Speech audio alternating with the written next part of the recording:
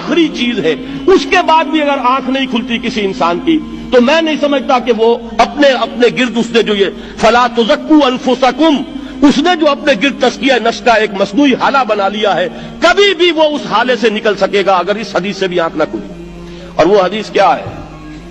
مولانا اشرف علی تھانوی نے اس کو اپنے جو خطبات جمعہ ہیں ان میں نقل کیا ہے، بیہقی کی روایت ہے۔ اوحى اللہ عز وجل الى جبرائیل علیہ الصلوۃ والسلام ان اقلب مدینۃ کذا وکذا باہلھا، اللہ نے حکم دیا حضرت جبرائیل کو فلاں فلاں بستیوں کو الٹ دو اس کے رہنے والوں سمیت۔ قال فقال، حضور نے فرمایا، اس پر حضرت جبرائیل نے عرض کیا بارگاہ خداوندی میں، ان فیہا عبدک فلانا لم یعصک طرفۃ عین، پروردگار اس بستی کو الٹ دوں، اس میں تو تیرا فلاں بندہ بھی ہے جس نے کبھی پلک جھپکنے جتنی دیر بھی معصیت میں بسر نہیں کی۔ اب آپ اندازہ کیجئے، یہ جو ہے نا اپنے آپ کو رگڑنا اور مانجنا اور پوری زندگی رگڑنے میں اور مانجنے میں لگا دینا، ہم بعض بزرگوں کے تذکرے میں سنتے ہیں اتنے اللہ والے تھے کہ ان کا گھوڑا بھی کوئی مشکوک دانہ نہیں کھاتا تھا، اور وہ خود جو ہے وہ انگریز کی عدالت میں بیٹھے ہوئے اور انگریز کی نوکری کر رہے تھے۔ یہ ہے وہ میکروسکوپک اور مائکروسکوپک کا عدم توازن، طاغوت کی چاکری کر رہے ہیں، انگریز کی ملازمت کر رہے ہیں، انگریز کے قانون کی تنفیذ کے اندر اعلی کار بن رہے ہیں، لیکن ذاتی تقوی اور ذاتی نیکی اور ذاتی للہیت جو ہے اس کا معیار یہ ہے کہ ان کا گھوڑا بھی مشکوک چارہ اور مشکوک کھانا نہیں کھا سکتا۔ یہ ہے وہ عدم توازن، اس کو نوٹ کیجئے گا، جس کو کہ اس حدیث میں محمد رسول اللہ صلی اللہ علیہ وسلم نے واضح کر دیا کہ حضرت جبرائیل عرض کرتے ہیں کہ اللہ فلاں بستی کو الٹ دوں، اس میں تو تیرا فلاں بندہ بھی ہے جس نے پلک جھپکنے جتنی دیر بھی معصیت نے بسر نہیں کی۔ ذاتی نیکی کا اب اس سے اونچا کوئی مقام کوئی شخص مجھے اگر بتا سکے تو میں اس کا مرید ہو جاؤں گا۔ اس سے اونچا کوئی مقام ہوگا کہ آنکھ جھپکنے جتنی دیر بھی کسی نے معصیت میں بسر نہیں کی، ذاتی نیکی کی معراج۔ لیکن حکم کیا ہوا بارگاہ خداوندی سے؟ قال فقال، حضور نے فرمایا، اللہ تعالیٰ نے حکم دیا جبرائیل کو، اقلب علیہ وعلیہ، الٹو اس بستی کو، پہلے اس بدبخت پر پھر دوسروں پر۔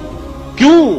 فإن وجهه لم يتمعر في ساعة قط، اس لیے کہ اس کا چہرہ کبھی میری غیرت میں سرخ نہیں ہوا، اس چہرے کا رنگ نہیں بدلا۔ بے غیرت انسان، بدیاں پھیلتی رہیں، میرے دین کو روندا جاتا رہا، میری شریعت کی دھجیاں بگڑتی رہیں، عوامر کا مذاق اڑایا جاتا رہا، نواہی کے لیے دنیا کے اندر جن چیزوں سے میں نے روکا اس کے لیے فلسفے تراشے گئے،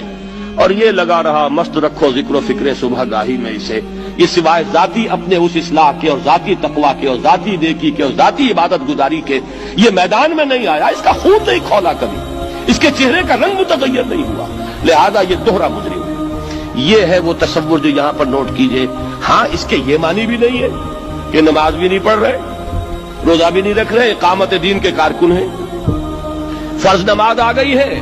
وہ چلی جا رہی ہے، جماعت کا کوئی اہتمام نہیں ہے۔ اب یہ دو انتہائیں ہیں، ایک انتہا یہ کہ وہ تزکیہ نفس جو ہے اسی میں وہ رگڑنے اور مانجنے کا عمل جاری ہے،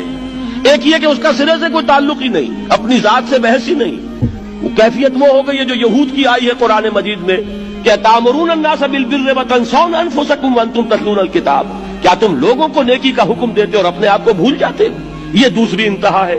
پھر وہی بات عرض کروں گا، وہی بال سے زیادہ باریک اور تلوار کی دھار سے زیادہ تیز راستہ ہے جس پہ چلنا ہوگا کہ نہ یہ ہو کہ وہ مبالغہ ہو رہا ہو، اپنی ذاتی اصلاح میں تو مبالغہ کی حد تک آگے جا رہے ہیں، اور دوسرے یہ کہ اپنے دین کی تبلیغ و اشاعت، اقامت دین کی جد و جہد، اس کا کھانا ہی نہیں کھولا زندگی میں،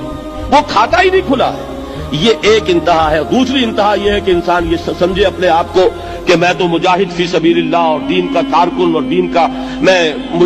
اللہ کے دین کو قائم کرنے کی جد و جہد کرنے والا ہوں، جبکہ